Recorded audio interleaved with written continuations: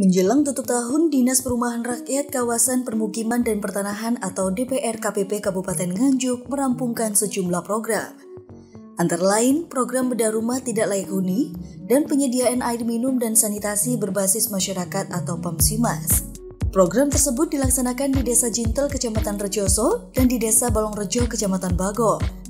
Untuk Desa Jintel mendapatkan 2 program bantuan sekaligus, yaitu berupa bedah rumah tidak layak huni sebanyak 43 unit dan PAMSIMAS sebanyak 268 saluran.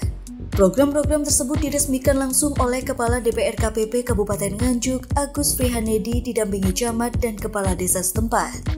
Sedangkan untuk di Desa Balongrejo mendapatkan program bantuan stimulan rumah swadaya dengan total penerima 50 orang dan PAMSIMAS 177 unit. Agus Frihanedi mengatakan pihaknya mengencarkan program PAMSIMAS agar di tahun 2022 seluruh masyarakat Nganjuk bisa menikmati kebutuhan air bersih. Ia berharap semua pihak termasuk kepala desa dan masyarakat turut bekerja sama mensukseskan program bedah rumah, PAMSIMAS, dan stimulan rumah swadaya. Kan Pak, di desa sendiri ini mendapatkan program bantuan apa aja Pak? Bismillahirrahmanirrahim. Assalamualaikum warahmatullahi wabarakatuh. Untuk Desa Jintel ini ada 2 bantuan yang sekaligus di tahun 2021 ini. Yang pertama bedah rumah tidak layak huni sejumlah 43. Dari 57 pengajuan setelah diseleksi ada 43. Sedangkan untuk yang kedua yaitu PAMSIMAS, ini PAMSIMAS lanjutan, jadi jaringan yang dibangun termasuk juga SR ke warga itu berkisar antara 268. Nah, tentunya kami juga melihat bahwa pengelolaan PAMSIMAS yang ada di Jintel ini bagus, sehingga perlu kita dorong, kita gelontor lagi bangunan yang termasuk nanti di tahun 2022, sehingga ini aja diturunkan per meter kubiknya dari 1.500 menjadi 1.000, itu bisa mengumpulkan dana sebanyak 23 juta. Artinya ini kan bagus sekali. Nah, ke depan nanti kita tingkatkan karena salurannya juga SR-nya semakin tinggi. Gitu. Selain di Jintel, ada berapa desa yang punya program PAMSIMAS yang sudah berjalan seperti Desa Jintel sendiri Pak? PAMSIMAS untuk tahun ini ada 18. Jadi insya Allah juga besok itu ada semacam serah terima di Mojorebon oleh Ketua DPR RI, dan itu ada 18. Insya Allah nanti kita susul program-program yang lain, termasuk nanti bedah rumah, utamanya BSPS. Jadi kalau PAMSIMAS itu 18 ini sudah lumayan tinggi untuk di Jawa Timur. Untuk kriteria penerima ini seperti apa? Jadi yang jelas kita asistensi untuk penerima ini, yang pertama tentunya daerah dimaksud itu sangat membutuhkan air.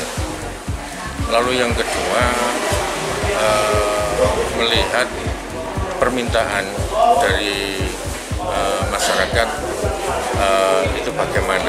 Yang ketiga barangkali kualitas air itu juga menjadi pertimbangan dari kami. Terkait dengan bedah rumah sendiri Pak, di bedah rumah sendiri Pak, terkait dengan di akhir tahun ini, dari Nganjuk sendiri sudah data yang diterima dari seluruh kabupaten Nganjuk, ada berapa rumah yang dibangun ini? Untuk bedah rumah ini kita ada 3. Jadi ada RTLH, itu baik DAK maupun APBD. Sedangkan ada juga bantuan stimulan rumah swadaya BSRS, ada juga BSPS, bantuan stimulan perumahan swadaya, itu juga dari pusat. Nah, tentunya ini antara pusat dengan kami ini saling berkoordinasi terkait dengan bantuan ini, model bantuan ini mengarah kemana ini. Tapi yang paling penting di antara sekian itu adalah masyarakat Kabupaten Nganjuk sebagai penerima itu yang sangat bermanfaat. Jadi kita asalnya dari mana itu tidak memikirkan, dan justru kita turunkan sebanyak mungkin dari pusat ini kalau bisa membantu Kabupaten Nganjuk. Dengan adanya program ini, harapan ke depan seperti apa?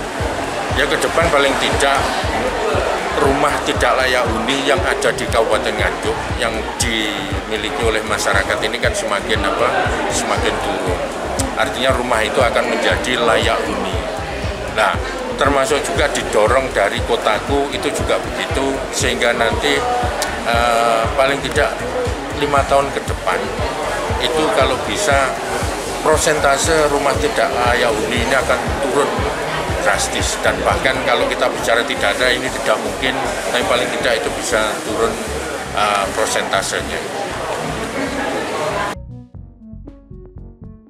Jelaskan untuk agenda yang ada di sini ini seperti apa, Pak? Ya, oke, terima kasih. Ini Balongrejo mendapatkan bantuan swadaya rumah, bantuan stimulan rumah swadaya 50 penerima bantuan, dan alhamdulillah semuanya sudah berjalan bagus, pembangunannya sudah selesai semua, dan swadaya dari masyarakat ini 3 kali lipatnya dari stimulan yang kita gelontorkan. Nah, ini sangat luar biasa sekali. Yang kedua itu pipanisasi atau penambahan jaringan untuk Pamsimas yang sudah kita bantukan di tahun 2017, dan ini sambungan ke rakyat atau masyarakat itu berkisar untuk sambungan rumahnya berkisar antara 177 yang semula 250. Jadi ini cukup signifikan, dan juga pengelolaan dari SPAM ini juga cukup bagus sekali. Ada dana yang terkumpul dari masyarakat terkait dengan biaya per meter kubiknya itu berkisar antara 60 juta. Nah, ini sangat luar biasa sekali. Untuk kendala yang dihadapi selama ini seperti apa? Ya. Insya Allah untuk kendala nggak ada sama sekali, dan ini berjalan sesuai dengan target waktu yang kita tentukan. Jadi nggak ada kendala, dan masyarakat juga antusias untuk menyelesaikan pembangunan di rumah masing-masing, sehingga 50 itu tepat waktu. Lalu terkait dengan pipanisasi atau penambahan jaringan itu juga selesai pada sebelum waktunya malahan. Nah, ini sangat luar biasa sekali. Untuk proses pengajuan bantuan ini seperti apa, Pak? Ya. Jadi untuk BSRS ini diajukan dari tahun sebelumnya, yaitu tahun 2020, realisasinya ada di 2021 ini.